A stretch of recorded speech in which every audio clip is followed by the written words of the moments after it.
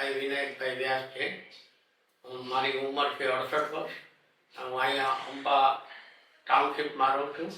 મારા જમણી આંખમાં પહેલાં ઓપરેશન થયેલું અને કમ્પ્લીટલી 2 દિવસમાં જ મને મારું વિઝન એકદમ ક્લીન થઈ ગયું હતું.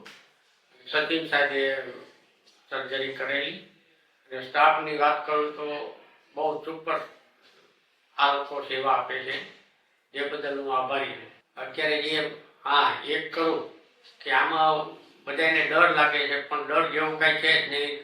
15 મિનિટમાં સાહેબે ઓકે કરી નાખ્યું અને મને ખબર ના પડી કે કેમ મોતિયાબીન ઓપરેશન થઈ ગયું.